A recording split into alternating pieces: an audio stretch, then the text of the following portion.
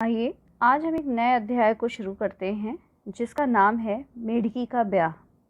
अध्याय नंबर 13 है और इसमें मेढकी का ब्याह ये बहुत ही अपने में अलग कहानी है। आप खुद भी सोच रहे होंगे कि ये कैसा अध्याय है, कैसा चैप्टर है ये।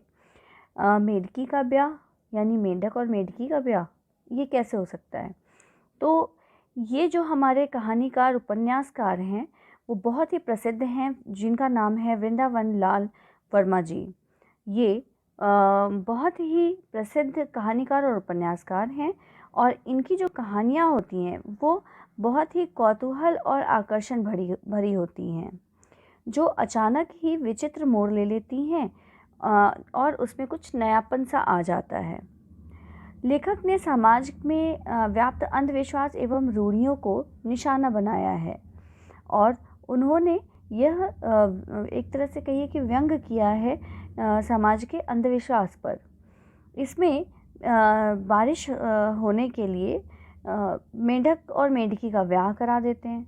जब अधिक वर्षा हो रही है तो उसको तलाक दिला दे रहे हैं। किसको? मेंढक और मेंढकी को। तो आइए अध्याय शुरू करते हैं।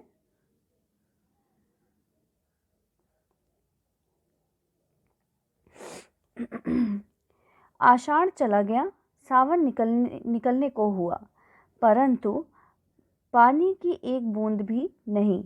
आकाश में बादल कभी कभी छिटपुट होकर इधर उधर बह जाते। आशा थी कि पानी बरसेगा, क्योंकि गांव वालों ने कुछ समाचार पत्रों में पढ़ा था कि कोलकाता और चेन्नई की तरफ जोर की वर्षा हुई है। लगते आषाढ़ थोड़ा सा बरसा भी था। यहाँ पे कहानीकार ये बता रहे हैं। कौन है कहानीकार? मैं फिर से बताऊंगी, वृंदावन लाल वर्मा जी। तो वो बता रहे हैं कि आषाढ़ का जो दिन था वो चला गया है और कौन सा महीना आ गया? सावन का महीना आ गया है, परंतु बारिश नहीं हुई है, यानी पानी की एक बूंद भी नहीं बरसा है। और आकाश में बादल कभी कभी छिटपुट होकर इधर उधर बह जाते, पर पानी की आशा तो थी। क्यों? क्योंकि कुछ समाचार पत्रों में उन लोगों ने पढ़ा था कि कोलकाता और चेन्नई की तरफ जोर की वर्षा हुई है। तो ऐसा सोचकर उनको एक उम्मीद थी, एक आशा थी कि शायद इधर भी अब एक नहीं 2 दिन बाद, 2 नहीं 4 दिन के बाद अगर की वर्षा होगी ही होगी। लगता है आषाढ़ थोड़ा सा बरसा भी था, मतलब थोड़ा बहुत। जब महीना वो हुआ, आषाढ़ का महीना था, तब बारिश भी हुई थी। आगे भी बरसेगा, और ऐसा सोचकर किसान जो है ये सोचे कि आगे भी बारिश होगी ही। इसी आशा में अनाज बो दिया था। अनाज जम निकला, फिर हरिया कर सूखने भी लगा। यदि 4-6 दिन और न बरसा तो सब समाप्त। यहाँ पे कहानीकार क्या बता रहे हैं कि अब उस उम्मीद को देखते हुए, उस उम्मीद को रखते हुए किसान अनाज को बो देते हैं और इसमें अनाज जम भी निकलता है, यानी निकल जाता है, उग जाता है और हरा भरा हो जाता है। पर हरा भरा होकर भी वो जो है सूखने लगता है। क्यों? बारिश की कमी से। अब उनकी उम्मीदें थी कि चलो 4-6 दिन में बरस ही जाएगा, पर अगर नहीं बरसा तो सब कुछ समाप्त हो जाएगा। यह आशंका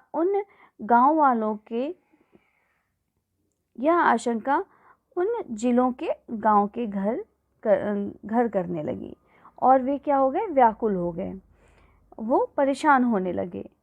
गांव में बुद्धिमानों की कमी न थी। क्या बता रहा है कि गांव में जो है बुद्धिमानों की कमी नहीं थी। टोने टोटके, धूप दीप सब कुछ दिया, लेकिन कुछ न हुआ। एक गांव का पुराना चतुर नावता बड़ी सूझबूझ का था। क्या बता रहे हैं कि उसी गांव का एक नावता था, वो बहुत ही चतुर था, बहुत ही बुद्धिमान था। उसने अपनी सूझबूझ बताई। उसने बैठक करवाई। कहा कि क्या किया जाए, क्या किया गया है। एक मिनट, थोड़ा सा ये दिख नहीं रहा है। उसने बैठक करवाई, कहा क्या किया गया है। थोड़ी देर इस पर चर्चा चली। नावते ने अवसर पाकर कहा, इंद्र वर्षा के देवता हैं। इंद्र भगवान कौन है? वर्षा के देवता हैं, उन्हें प्रसन्न करना पड़ेगा। सभी तरह के उपाय कर लिए गए हैं और कोई गांव ऐसा नहीं है जहां कुछ न कुछ न किया गया हो, पर अभी तक कुछ भी नहीं हुआ है। मतलब उपाय तो बहुत सारे कर लिए गए हैं और उस ज़िले के जितने गांव हैं सब में लगभग कुछ न कुछ उपाय किए गए हैं, लेकिन उस उपाय का कोई भी लाभ नहीं हुआ है। बहुत से लोगों ने तरह तरह से कहा और उन लोगों के नाम लिए।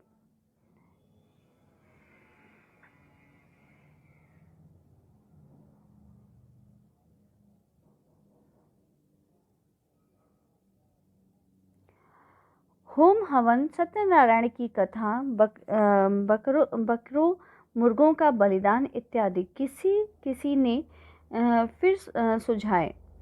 यानी कुछ लोगों ने बताया कि चलो होम हवन करवाते हैं, सत्यनारायण भगवान की कथा करवाते हैं।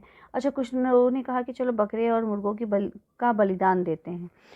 परंतु नावते की एक नई सूझ अंत में सबको माननी ही पड़ी।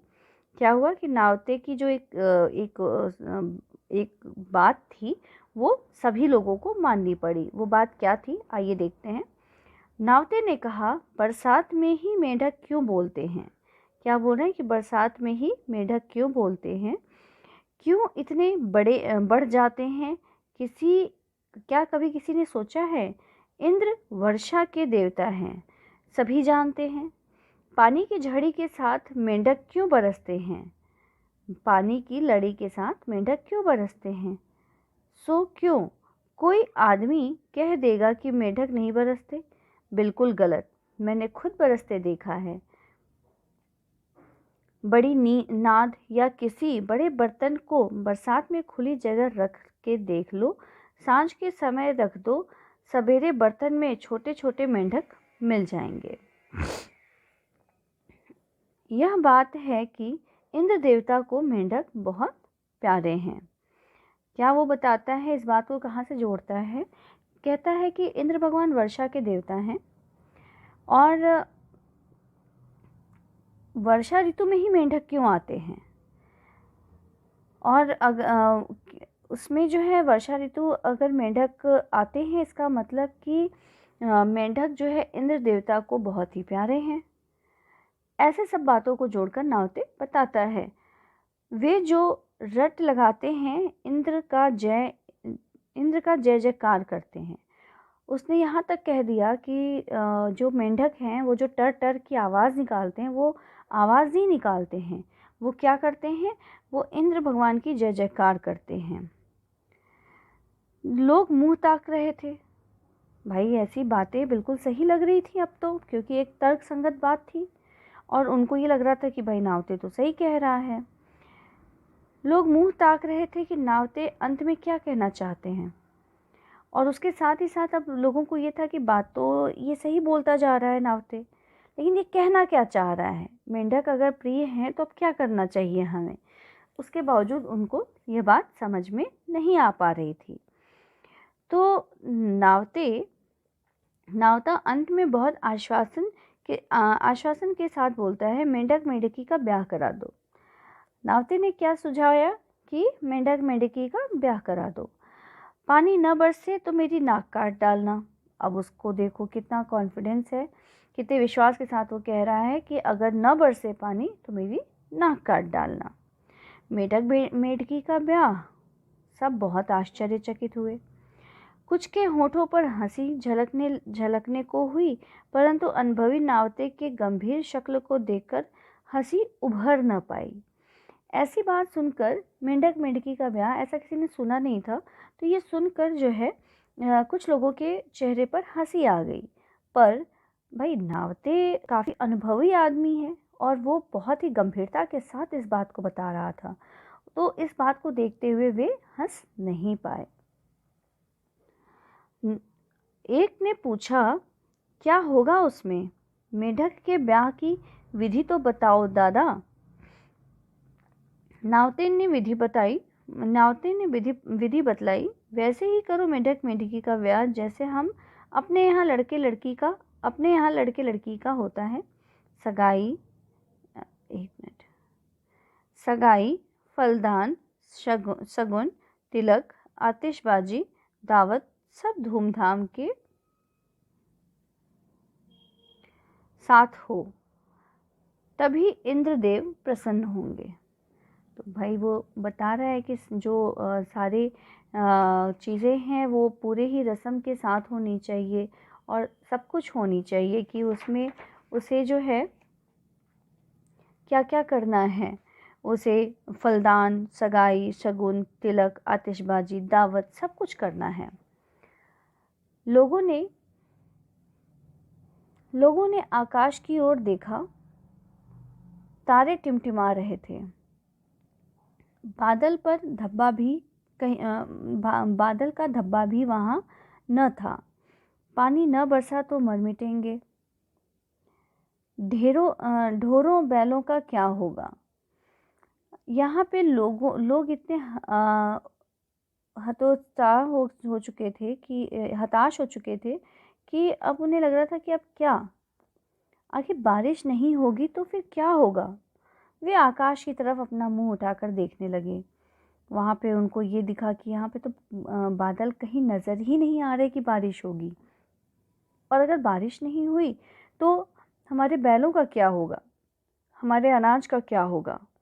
वे बहुत ही निराश हो गए। बढ़ी हुई निराशा ने उन सबको भयभीत कर दिया।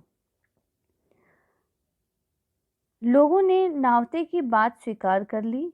चंदा किया गया। आसपास के गांव में भी सूचना भेजी गई। यहाँ पे बताया जा रहा है कि चंदा किया गया।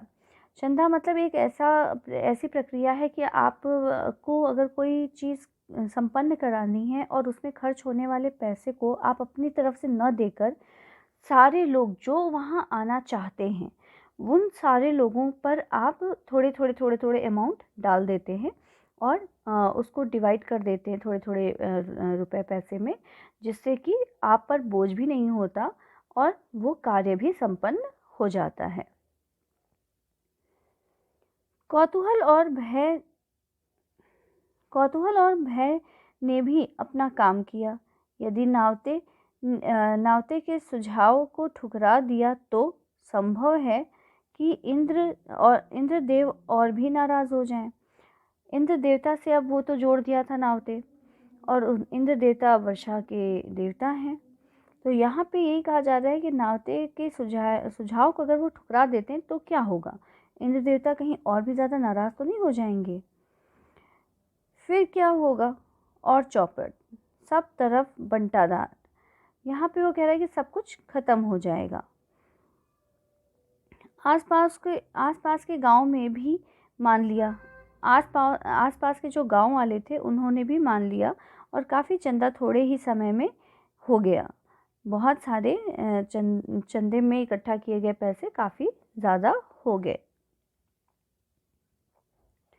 नावते ने एक जोड़ी मेंढक भी कहीं से पकड़ कर रख लिया। नावते ने क्या किया? एक मेंढक जोड़ी पकड़ कर रख लिया। एक मेंढक था और एक मेंढकी। ब्राह्मणों की कमी न थी। ब्याह की धूमधाम का मज़ा और ऊपर से दान दक्षिणा, फिर तो बात ही बन गई। गांव के दो भले आदमी मेंढक मेंढकी के पिता भी बन गए। मुहूर्त निकाला गया। जल्दी का मुहूर्त, यानी मुहूर्त भी निकाला गया पंडितों के हिसाब से पूछ के कि भाई दिन कौन सा अच्छा है, कौन सा समय अच्छा है, हमें कब करना चाहिए इस मेंढक मेंढकी का ब्याह। बाजे गाजे के साथ फलदान शगुन की रस्में अदा की गई। दोनों घरों के घर दावत हुई।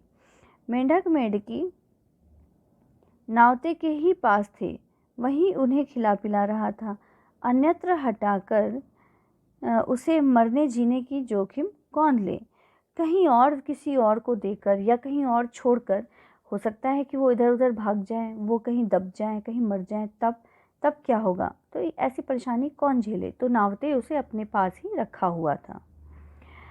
तिलक भावर का भी दिन आ गया। क्या बोलते हैं कहानीकार कि तिलक भावर का भी दिन आ गया। पानी के एक बर्तन में मेढकी उस घर में रख दी गई। क्या बोल रहे हैं, पानी के एक बर्तन में मेढकी उस घर में रख दी गई जिसके स्वामी को कन्यादान करना था।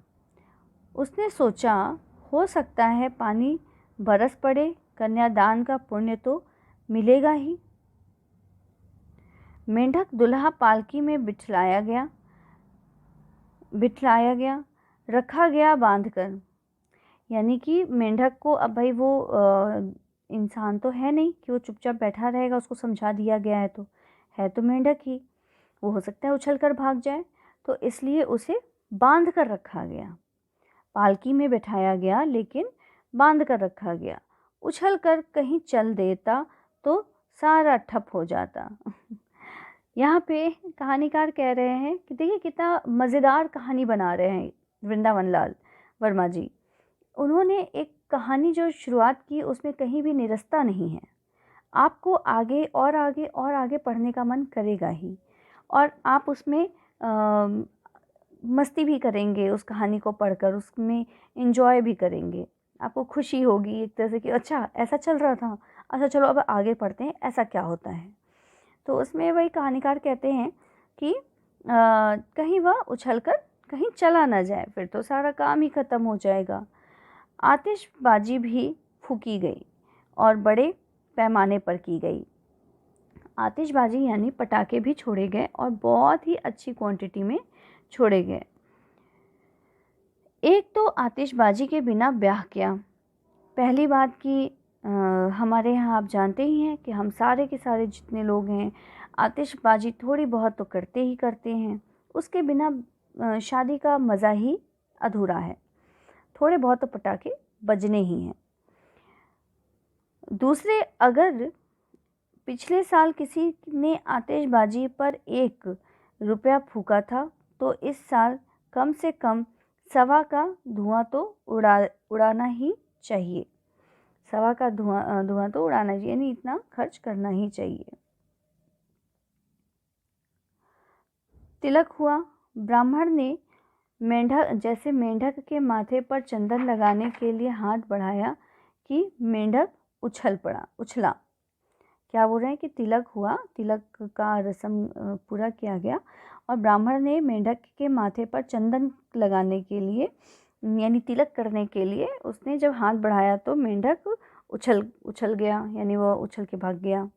ब्राह्मण डर के मारे पीछे हट गया और खैरियत हुई कि मेंढक एक पक्के डोरे से बर्तन में बंधा था, नहीं तो उसकी पकड़ धकड़ में मुहूर्त चूक जाता। जाहिर सी बात है तो मेंढक ही, और वो क्यों इसमें शामिल होगा। उसको तो समझ में ही नहीं आ रहा होगा कि चल क्या रहा है, उसको यही लगेगा कि लोग उसको मारने आ रहे हैं, पकड़ने आ रहे हैं, तो वो जाहिर सी बात है वो भागेगा ही। और उसमें उसकी एक प्रवृत्ति भी है उछलने की भाई, कि वो उछलेगा ही। तो उसमें यही बता रहे कि पंडित जी जैसे ही अपना हाथ उसको टीका करने के लिए आगे बढ़ाए वो उछल पड़ा, और उसके उछलने को देखकर पंडित जी डर गए और थोड़ा सा पीछे हट गए।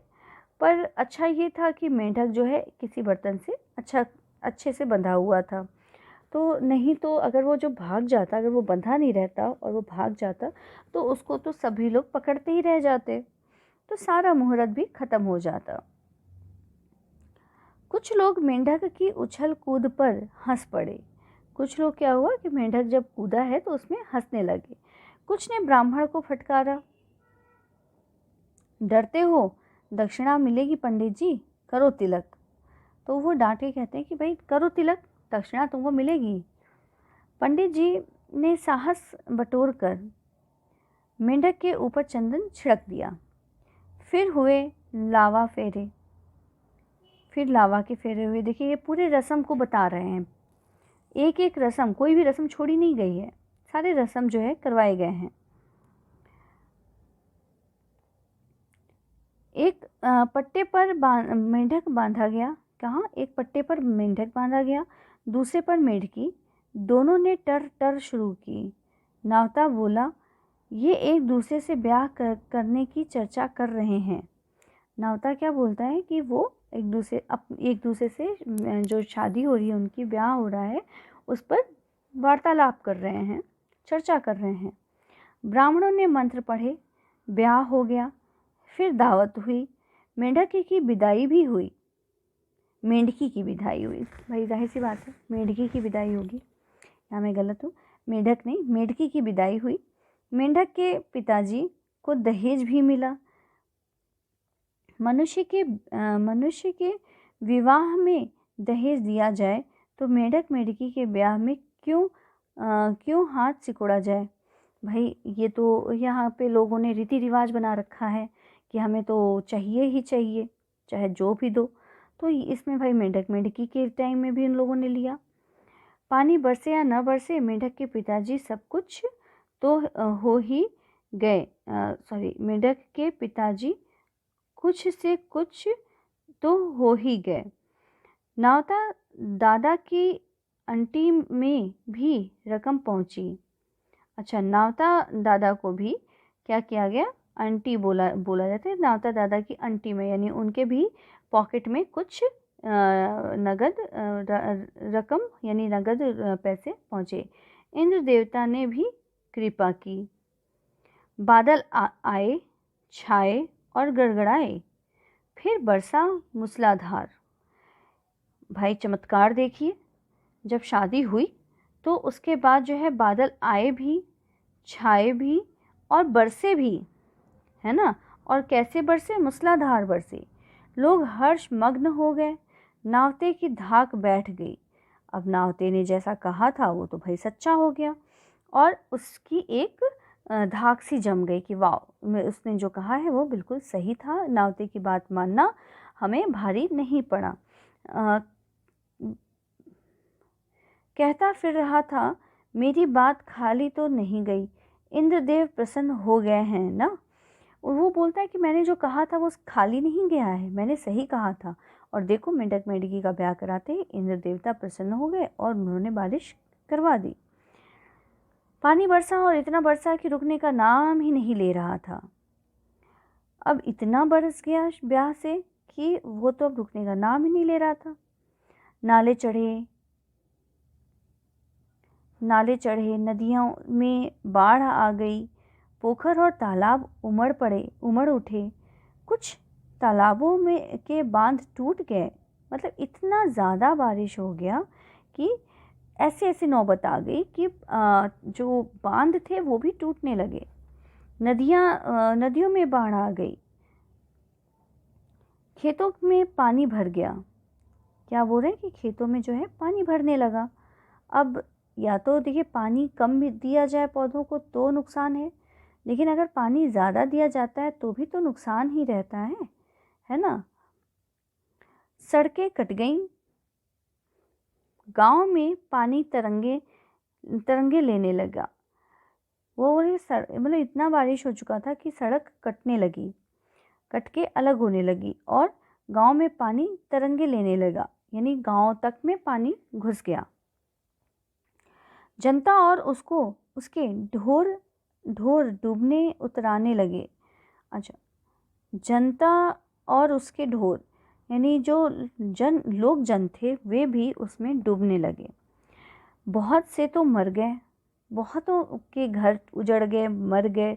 संपत्ति की भारी हानि हुई, यानी बहुत नुकसान हुआ। 8-10 दिन के भीतर ही भीषण बर्बादी हो गई। इंद्रदेव के बहुत हाथ पैर जोड़े, वह न माने। लोग कह रहे थे कि इससे तो वह सूखा ही अच्छा था। अब जब जाहिर सी बात है, जब आदमी के पास नहीं होता है तो भी वो रोता है, जब बहुत ज़्यादा होता है तो भी रोता है, क्योंकि दोनों से ही नुकसान है। नहीं हो तो नुकसान है, हो तो नुकसान है। तो यहाँ पे बारिश नहीं हो रही थी, सूखा पड़ रहा था, तो लोग परेशान थे कि बारिश हो जाए, बारिश हो जाए। बारिश जब ज़्यादा होने लगी और उससे नुकसान होने लगा, तो उसमें भी अब लोग परेशान होने लगे और ये कहने लगे कि इससे अच्छा तो हम सूखा पड़ने से ही मरते। फिर नावते की शरण पकड़ी गई। अब क्या हो? उसका नुस्खा तैयार था। बोला कोई बात नहीं, सरकार ने तलाक कानून पास कर दिया। सॉरी, मुझे थोड़ा दिक्कत हुई यहाँ पढ़ने में। उसका नुस्खा तैयार था। बोला कोई बात नहीं, सरकार ने तलाक कानून पास कर दिया है, मेढक मेढकी का तलाक करा देता हूँ। क्या बोले कि मेढक मेढकी का तलाक करा देता हूँ, पानी बंद हो जाएगा। पर मेढक पर का वह जोड़ा कहाँ मिलेगा? लोगों ने ऐसा प्रश्न किया।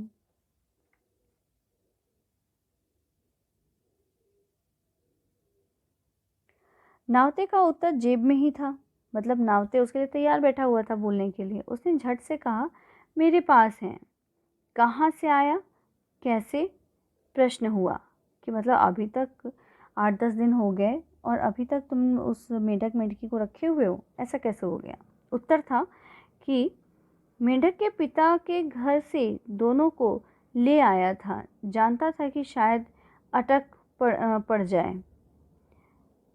तो वो ऐसा कह रहा है कि उसको ये लग रहा था कि कहीं कोई अड़चन न पड़ जाए, इसके लिए शादी के बाद मैं इन मेढक मेढकी को अपने पास ही ले आया। पानी बरसने में ही तलाक की कार्रवाई जल्दी की गई। पानी जब बरस रहा था तभी जो है उनके तलाक की कार्रवाई की गई। तलाक की क्रिया के निभाने में न तो अधिक समय लगा और न ही कुछ वैसा खर्चा। मेढक मेढकी दोनों छोड़ दिए गए।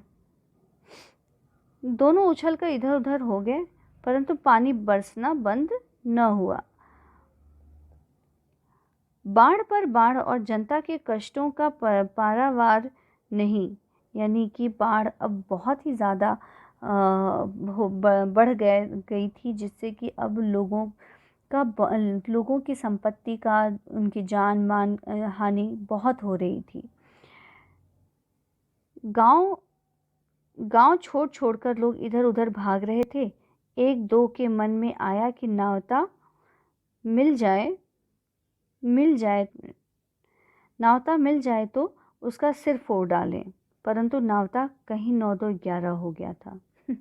तो अंत में नावता क्या हुए, नावता दादा जो है वो कहीं भाग निकले थे।